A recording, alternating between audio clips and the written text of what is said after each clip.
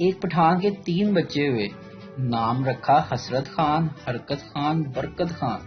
پھر 3 ہوئے، نام رکھا دریا خان، سمندر خان، سیلاب خان۔ پھر 3 بچے پیدا ہوئے اور اس بار نام رکھا ہمت خان، حوصلہ خان، برداشت خان۔ پھر 3 بچے پیدا ہوئے، اس بار بیوی نے نام رکھے بس کر خان، ہوش کر خان، رحم کر خان۔ دکاندار: اگر تم محنت اور ہوشیاری سے کام کرو گے تو ضرور ترقی کرو گے۔ مجھے دیکھو، پہلے اس دکان کا ملازم ہوا کرتا تھا اور اب اس دکان کا مالک ہوں۔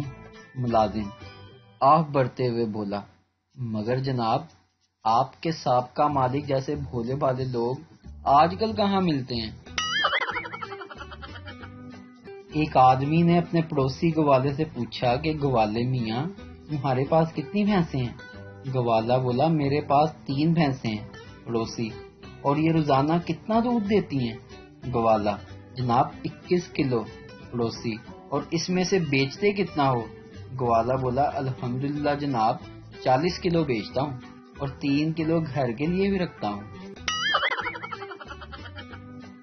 ایک آدمی اپنی بیوی کے پاس سام بٹھا دیا اور بولا، ڈس لے ڈس لے۔